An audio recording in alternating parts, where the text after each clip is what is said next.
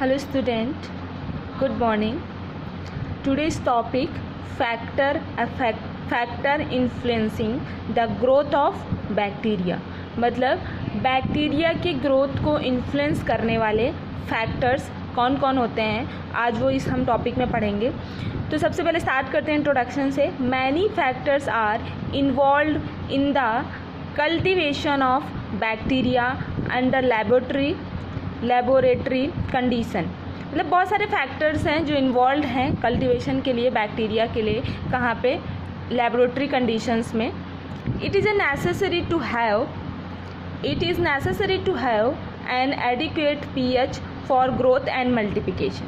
अगर बैक्टीरिया का ग्रोथ कराना है या फिर होना, तो इसके लिए नेसेसरी है कि एडिक्वेट पीएच होना चाहिए। किसके लिए? ग्रोथ एंड मल्टीप्लिकेशन के लिए। जितने भी बैक्टीरिया उनके ग्रोथ और उनके मल्टीप्लिकेशन के लिए एडिक्वेट या फिर नेसेसरी पीएच का होना बहुत ज़रूरी है। द अदर फिजिकल रिक्वायरमेंट्स जैसे कि टेम्परेचर, ऑक्सीजन एक्सेट्रा भी होना ज़रूरी है। तो उसके पहले स्टार्ट करते हैं पीएच, हाइड्रोजन आयन कंसंट्रेशन। देखते हैं क्या कितना होना चाहिए बैक्टीरिया के इन्फ्लुएंसिंग के लिए, बैक्टीरिया के ग्रोथ को इन्फ्लुएंस करने के लिए कितना पीएच होना चाहिए। तो सबसे पहले this is one of the important factor which influence the bacterial metabolism and growth the majority of commensal flora and pathogenic bacteria. This is one of the important factor. ये जो पीएच है, ये important factors है जो influence करता है bacteria के metabolism को और ग्रोथ की मेजॉरिटी को, साथ में फ्लोरा एंड पैथोजेनिक बैक्टीरिया के ग्रो के लिए। Best at neutral and very slightly alkaline pH around 7.2 to 7.6, but a maximum growth occurs at the particular pH which will be optimum pH for the bacteria।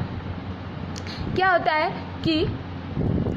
कि pathogenic bacteria को grow करने के लिए best जो pH होना चाहिए वो कैसा होना चाहिए? न्यूट्रल होना चाहिए। न्यूट्रल मतलब नॉर्मल या फिर वेरी स्लाइडली अल्कलाइन होना चाहिए। पीएच कितना होना चाहिए? अराउंड कितना होना चाहिए? 7.2 से 7.6 होना चाहिए।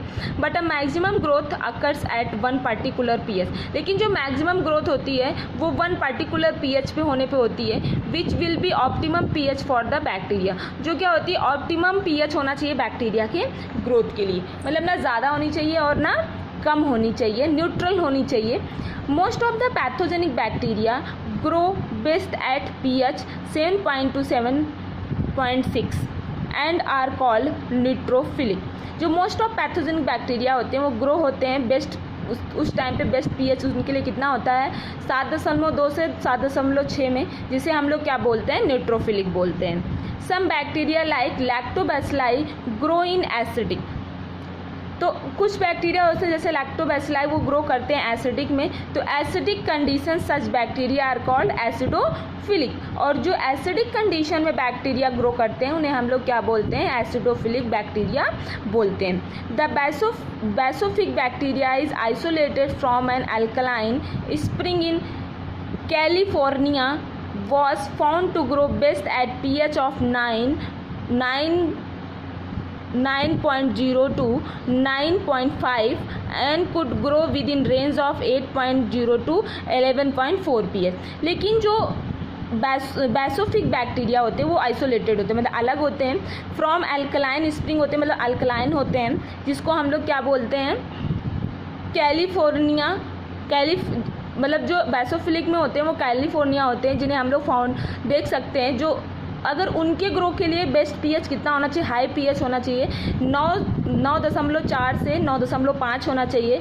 Could grow with in range of, और वो 8.0 से 11.4 पीएच तक भी क्या हो सकते हैं? ग्रो कर सकते हैं। तो ये था नॉर्मल पीएच कितना होना चाहिए। इसके बाद बच्चों नेक्स्ट है टेम्परेचर। बैक्टीरिया के ग्रोथ के लिए कितना टेम्परेचर होना चाहिए? Bacteria very in their requirement of temperature for growth. Bacteria के लिए जितना भी टेम्परेचर रिक्वायरमेंट होता है टेम्परेचर का, उतना होना चाहिए ग्रोथ के लिए। फॉर ईच स्पीसीज, मतलब सारे स्पीसीज के लिए जितना रिक्वायरमेंट है टेम्परेचर का उतना होना चाहिए। किसके लिए? बैक्टीरिया के ग्रोथ के लिए।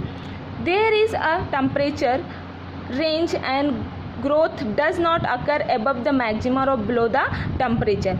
जितने भी बैक्टीरिया होते हैं वो ग्रो नहीं करते हैं, वो उनका ग्रो नहीं हो सकता है, या तो बहुत ज़्यादा टेम्परेचर में भी नहीं होगा, एबव मैक्सिमम में भी नहीं होगा, मैक्सिमम में और बिलो द टेम्परेचर, बहुत ज़्यादा टेम्परेचर में नहीं हो सकता है, मैक्सिमम भी नहीं हो सकता, बहुत ज़्यादा बिलो टेम्परेचर में भी बैक्टीरिया का ग्रोथ नहीं होता। The temperature at which growth occurs, जो टेम्परेचर होना चाहिए वो नॉर्मल टेम्परेचर होना चाहिए, जिसमें वो क्या कर सकते हैं, अपना ग्रोथ आसानी से कर सकते हैं। Micro organism have grow to prefer different level of temperature. Micro organism को ग्रो करने के लिए डिफरेंट लेवल्स ऑफ टेम्परेचर होना जरूरी है। जैसे कि psychrophiles prefer temperature from 0 to 5 degree Celsius. जो साइक्रोफिलिस बैक्टीरिया होते हैं उनके लिए 0 से 5 डिग्री सेल्सियस टेम्परेचर होना चाहिए जिसमें वो ग्रो करते हैं। मैसोफिलिक जो होते हैं like it in the middle 20 to 45 degree Celsius. जो मेसोफिलिक बैक्टीरिया होते हैं वो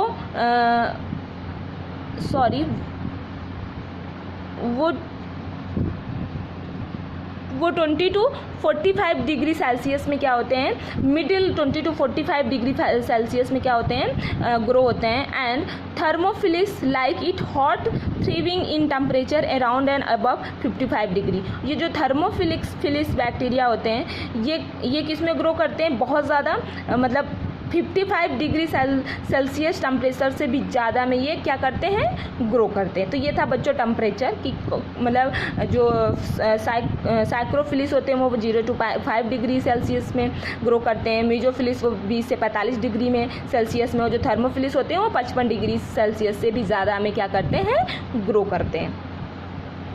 उसके बाद बच्चों नेक्स्ट है oxygen. Oxygen, depending on the influence of oxygen of growth and viability, bacteria are aerobes and anaerobes. जो ऑक्सीजन होता है वो क्या करता है, जो डिपेंड होता है ऑक्सीजन, बैक्टीरिया का ग्रोथ जो होता है वो ऑक्सीजन पर डिपेंड होता है। वो बैक्टीरिया जो होते हैं 2 टाइप्स के होते हैं, एरोब्स एंड एनारोब्स। तो जो एरोबिक बैक्टीरिया होते हैं उनके लिए required oxygen for growth they may be like vibrio cholera which will grow only in the presence of oxygen. जो एरोबिक बैक्टीरिया होते हैं उनके लिए ऑक्सीजन रिक्वायर्ड होती है ग्रोथ के लिए, जैसे कि विब्रियो कॉलरा वगैरह हो गया, which will grow only the presence of oxygen. ये जो विब्रियो कॉलरा होता है ये तभी ग्रो होगा जब ऑक्सीजन प्रेजेंट होगा। Anaerobic bacteria grow in absence of oxygen. जो एनारोबिक बैक्टीरिया होते हैं वो ऑक्सीजन के एब्सेंस में भी क्या कर सकते हैं, ग्रो हो सकते हैं। उसके बाद बच्चों लास्ट है मॉइस्चर। मॉइस्चर मतलब नमी। The free flow of water is vital to micro organism for their cells to exchange materials and for their metabolic process. जो इसमें क्या होता है, moisture free flow of water मतलब कहीं कहीं पे क्या होता है, फ्री फ्लो ऑफ वाटर होता है। Is vital to micro organism मतलब एक तरह का वाइटल होता है, जैविक चिन्ह होते हैं या फिर जैविक होता है माइक्रो ऑर्गेनिज्म के लिए। For their cells to exchange material, जो इसमें सेल्स होती हैं वो एक्सचेंज करती मटेरियल्स को फ्रॉम देयर मेटाबॉलिक प्रोसेस। कैसे मेटाबॉलिक प्रोसेस से ये क्या एक्सचेंज करती हैं, अपने सेल्स होती हैं वो मटेरियल्स को एक्सचेंज करती कहाँ से, मेटाबॉलिक प्रोसेस से। All micro organisms require some level of water. जितने भी माइक्रो ऑर्गेनिज्म हैं उनके लिए थोड़ा सा लेवल ऑफ वाटर ज़रूरत होता है। But a few can survive in low moisture condition. लेकिन बहुत सारे जो बैक्टीरिया होते हैं उनके लिए सर्वाइव करने के लिए उन्हें लो मॉइस्चर की कंडीशन होनी ज़रूरी होती है।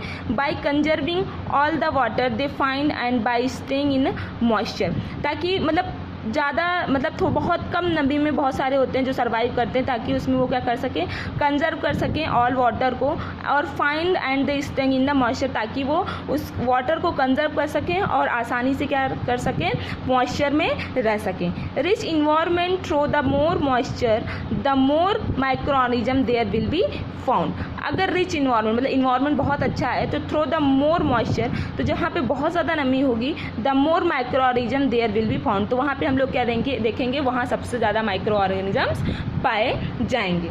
तो बच्चों ये था आज का टॉपिक जिसमें हमने क्या पढ़ा कि कौन कौन से फैक्टर्स होते हैं जो बैक्टीरिया की ग्रोथ को इन्फ्लुएंस करते हैं, जिसमें हमने पीएच पढ़ा।